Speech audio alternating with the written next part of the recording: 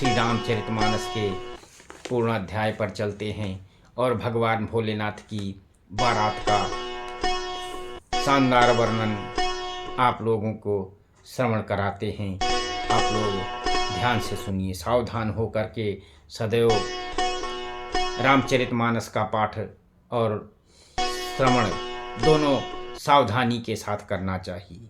तो आप सावधान होकर सुने और मैं सावधान होकर के सुनाता हूँ।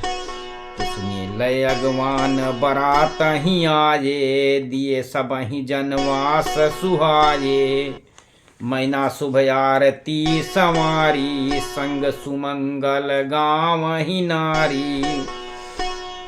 अगवान लेने के लिए जब बारात घर के पास आ जाती है, जब आजकल तो गेस्ट हाउसों में सदैव शादियाँ होती हैं, तो गेस्ट हाउस में भी जब बारात गेस्ट हाउस के निकट आ जाती है तो लोग उसकी अगवानी करने के लिए पहुंच जाते हैं। तो उसी प्रकार से जब भगवान भोलेनाथ की बारात आती है तो उनको जो है अगवानी करने के लिए लोग हिमाचल के साथ सब लोग पहुंच जाते हैं और उनकी अगवानी करके ला करके उनको सुंदर जनवास में ठहरा दिया गया है।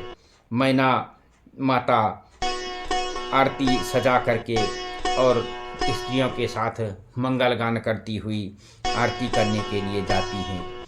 कंचन थार सोह बर पानी, परछन चली हर सानी, बिकट बेस रुद्र ही जब देखा, अबलन उर भय भयउ बिसेखा। सुंदर हाथों में सोने का थाल लेकर जब इस प्रकार से मैना और काफ़ी खुशी होकर के शिव जी का परछन करने के लिए चलती हैं, तब महादेव जी के भयानक भेष को देख करके जो स्त्रियों के मन में बड़ा भारी डर पैदा होता है।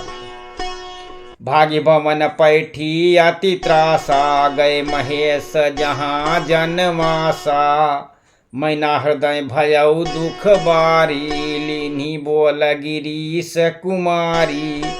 बहुत डर करके मैना माता ने घर में जा कर के और शिव जी का जहाँ जनवासा था वहाँ चले गए। मैना के हृदय में बड़ा दुख हुआ। उन्होंने पार्वती जी को अपने पास बुला लिया और शिव जी जनवास में चले गए। अधिक स्नेह गोद बैठारी, श्याम सरोज नयन भरे बारी, देवी तुम ही रूपय सदीना, तेहि जड़बर बाउर कस कीना। कहा कि अत्यंत स्नेह से गोद में बैठा करके और अपने नील कमल के समान नेत्रों में आंसू भर करके मैना माता कहती हैं कि जिस प्रकार विधाता ने तुमको ऐसा सुंदर रूप दिया है तो उस मूर्ख ने तुम्हारे दूल्हे को बावला कैसे बना दिया।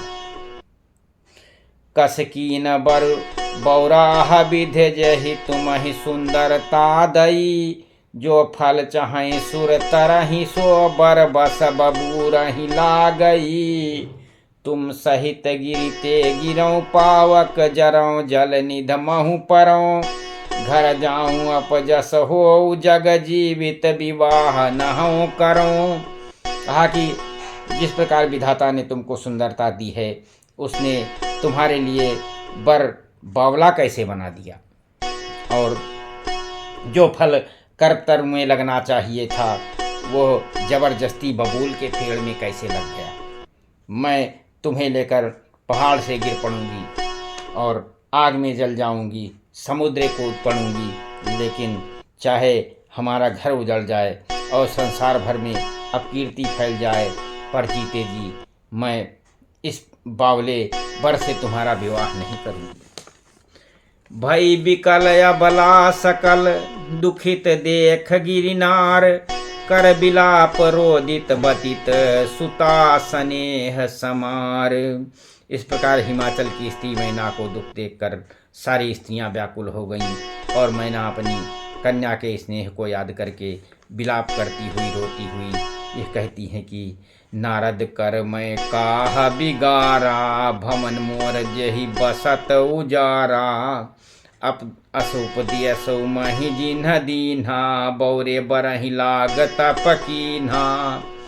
मैना माता कह रही हैं कि मैं नारद का मैंने क्या बिगाड़ा था जिन्होंने मेरा बसता हुआ घर उजाड़ दिया, और जिन्होंने पार्वती को ऐसा उपदेश दिया कि जिससे उसने बौले वर के लिए तप किया।